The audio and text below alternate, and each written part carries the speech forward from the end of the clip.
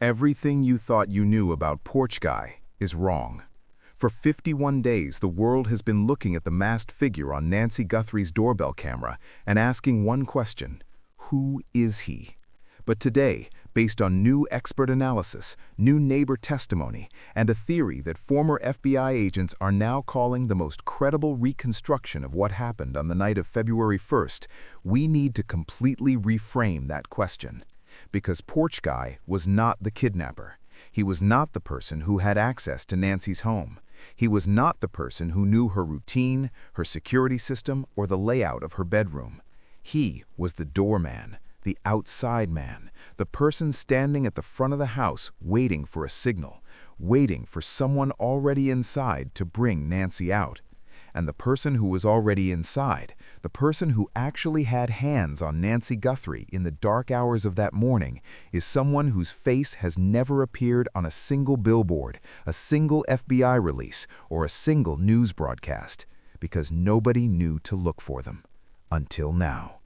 Today, everything changes, and I need you to stay with me through every single detail, because by the end of this episode, the picture of what happened on February 1st is going to look completely different from anything you have heard before.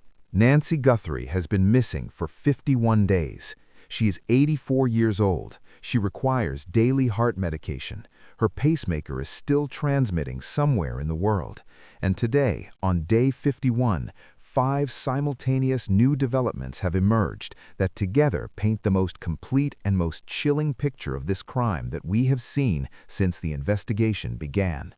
The doorman theory, the tattoo, the weekend pattern that reveals something specific about the suspect's lifestyle, the landscapers and pool workers who were captured on Nancy's backyard cameras, and the family's emotional new plea asking the Tucson community to search their memories. Every single one of these details connects to the others, and together they point toward a conclusion that retired detectives, former FBI agents, and criminal investigators are increasingly willing to say directly. This was a coordinated, multi-person operation involving between 2 and 4 accomplices, and at least one of those accomplices had legitimate prior access to Nancy Guthrie's property. First question for you right now.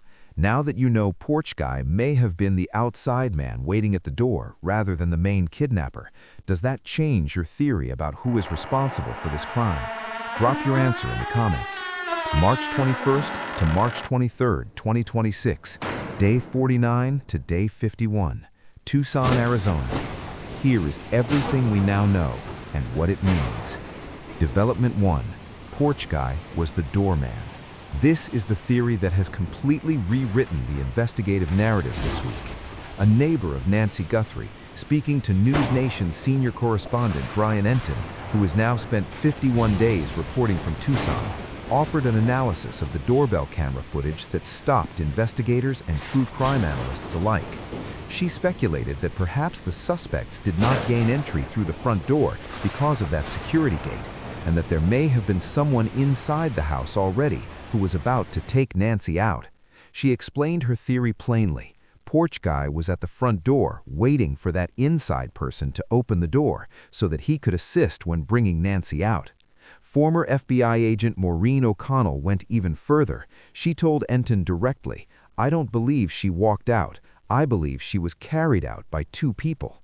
She referenced the blood evidence discovered at the front entrance, saying it was almost like 2 people carried Nancy and her head tilted in some way, and the blood came out right there. 2 people carrying an 84-year-old woman, one inside, one outside, working in coordinated silence at 2 a.m. while the neighborhood slept. Retired Pima County homicide detective Kurt Dabb, the most credible local voice in this investigation, confirmed it in plain language. He does not believe Porch Guy acted alone. "I believe there are anywhere between 2 to 4 accomplices. The logistics of something of this magnitude is too much for one person to handle, in my professional opinion, based on the facts as I know them right now." He added the quote that cuts through every theory and confirms what investigators believe. "Burglars don't go to burglarize a house with a full backpack. This was a kidnapping." Development 2. The tattoo. Here is the detail that has been hiding in plain sight in the doorbell camera footage, and that nobody has properly highlighted until this week. A tattoo is visible on Porch Guy's hand or wrist area in the FBI-released images. Tattoo artist Darren Rosa, interviewed on Crime Stories with Nancy Grace, gave an analysis that immediately caught the attention of law enforcement experts. He described the style as black and gray work, a style he said is prevalent among gangs, Mexican individuals who might be in gangs or cartels, and people who have moved up in the hierarchy of criminal organizations. Former FBI agent Jonathan Gilliam discussed the tattoo on The Megyn Kelly Show, saying it remains a vital investigative clue. The FBI is aware of the tattoo, it has been analyzed, and it is being cross-referenced against known gang and cartel member databases in both the United States and Mexico. Development 3. The Weekend Pattern. Both reconnaissance visits, January 11th and January 24th, fall on weekends. February 1st, the night Nancy was taken, also falls on a weekend. 3 visits, all on weekend nights. Brian Fitzgibbons, Director of Operations at USPA Nationwide Security, called this pattern on the Nancy Grace Crime Stories podcast.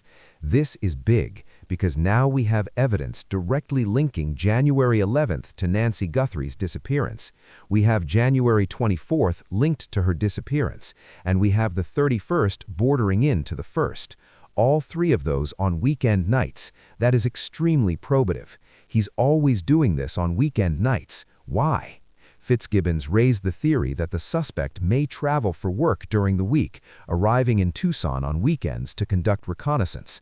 A suspect who works Monday through Friday in another city, who drives to Tucson on weekends, who knows the area well enough to navigate it in the dark, who has enough connection to someone in Nancy's world to have obtained inside information about her property.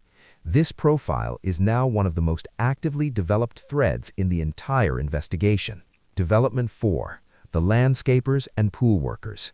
The backyard cameras at Nancy's property captured not just unidentified figures, but they captured specific categories of people. Family members, landscapers, pool workers, all captured on motion-activated cameras in the weeks before the abduction. Each one of these individuals had legitimate, regular, authorized access to Nancy Guthrie's property. Each one knew the layout of the backyard. Each one may have seen the camera positions. Each one had the kind of access that could explain how the suspects knew exactly which parts of the property to avoid on the night of February 1st. The FBI is now cross-referencing every person captured on those backyard cameras against the suspect descriptions and the DNA evidence recovered from the property. One name, one face, one match could break this case open overnight. Development 5. The family's new plea. The Guthrie family this week issued a new and deeply personal public plea, asking the Tucson community and the broader public to search their memories. Savannah Guthrie posted on Instagram, "We feel the love and prayers from our neighbors, from the Tucson community and from around the country. Please don't stop praying and hoping with us. Bring her home." The family specifically asked people to think back to anything unusual they noticed in the Catalina foothills in January and early February. Any unfamiliar vehicles, any unfamiliar faces, any workers or visitors who seemed out of place. Because somewhere in someone's memory, a detail exists that connects the weekend pattern, the landscapers, Porch Guy, and the inside accomplice into a single coherent picture. And the family knows it, and the FBI knows it, and they are asking the public to help find it. Now here's the connection that nobody has made properly yet, and that I believe is the most important analytical insight in this entire episode. The weekend pattern tells us the suspect has a weekday constraint. The tattoo tells us the suspect may have gang or cartel connections. The landscaper and pool worker footage tells us someone with legitimate access to Nancy Guthrie's property was captured on camera before the abduction. And the doorman theory tells us Porch Guy was not the primary actor, he was the receiver. Now connect those 4 dots. A person with gang connections who works during the week, possibly in construction, landscaping, or a service trade that takes him to affluent neighborhoods, who visits Tucson on weekends, who had legitimate access to Nancy Guthrie's property at some point before February 1st, who knew every camera was positioned, who knew the layout of the backyard, who knew Nancy's routine well enough to plan 3 separate reconnaissance visits, and who, on the night of February 1st, was already inside that house when Porch Guy arrived at the front door. That profile, specific, detailed, and supported by multiple independent evidence streams, is what the FBI is building right now.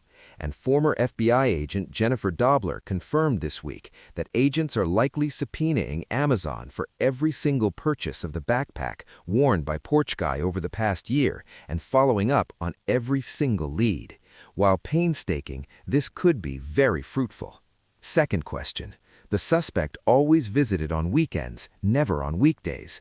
Do you think that means he works Monday through Friday in another city and travels to Tucson on weekends? Or do you think there is another reason for the weekend pattern? Drop your theory in the comments. The public response